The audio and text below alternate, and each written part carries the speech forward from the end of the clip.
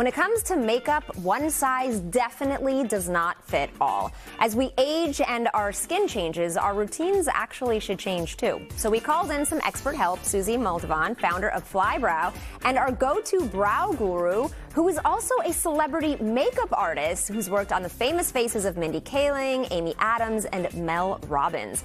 Well, now she's sharing her pro tips to help us ditch the outdated rules and make room for a more modern, natural glow. Take a look. All right, Suzie, you are preaching what you practice. What does aging or ageless beauty mean to you? So to me, it means really just about embracing who you are at every stage of your life. And instead of looking in the mirror and hoping to see your 30-year-old self, it's about getting acquainted with your 40 or your 50-year-old self. At what point should you say, okay, I need to switch this up? I think it's just about taking inventory, maybe like every 10 years, looking in the mirror and being like, is this thing that I did in high school, is that still working for me? Yeah. All right, that's a good tip. Okay, so we actually have a model here, Marla, who's 51. Hello, Marla. Hi. How are you? You look beautiful. Thank you so much for joining us. Thank you. Okay, so she actually did her usual makeup routine on this side. Yes. And you are going to do her makeup on this side with the things that she should be kind of altering based on her age, right? Yeah. Okay, so where are we going to start? I think we're going to start with skin. I think so. She's using a powdered foundation. Is that correct? Yes. So I think powder as we get older is just very drying. On TV it looks good, but powder in real life can just be very mattifying. When we smile kind of under our eyes, it can get very crepey. Okay. So my whole theme is really about just making her juicy. We're looking for an even skin tone. So we're just going to try and keep this side a little glowier than that side and mattify the parts like maybe the center of the forehead, the T-zone, that you don't want to be shiny, but you still want to have that like glow. Yeah, Marla, when was the last time you changed up your makeup routine? Oh gosh, probably literally never. I kind of feel the same way because you know a routine and that's what you do and you just do it. You also say you tend to do bronzer over contouring. I know contouring is such a big thing right now and everyone is doing it. Yep.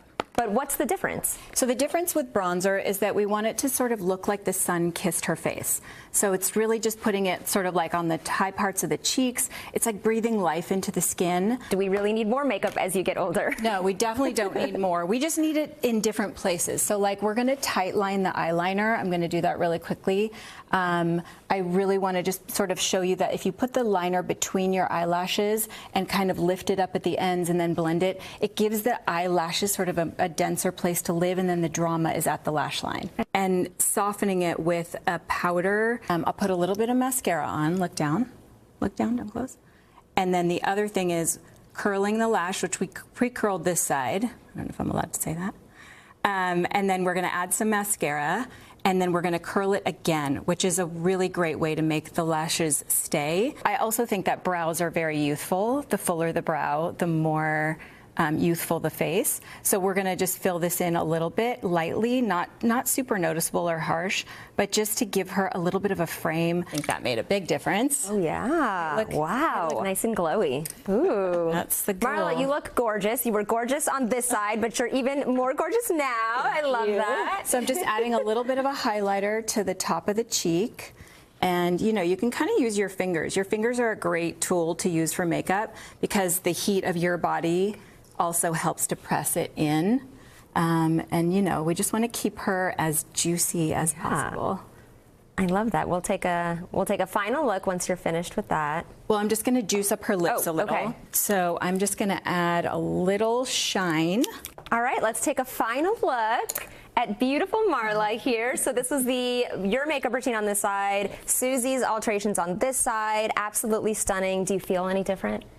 This side feels so much younger and prettier. You look gorgeous. You look gorgeous on both, but I do see how her teeny, right tiny side tweaks. does. Yeah, with the little tweaks, it does kind of freshen her up a little bit.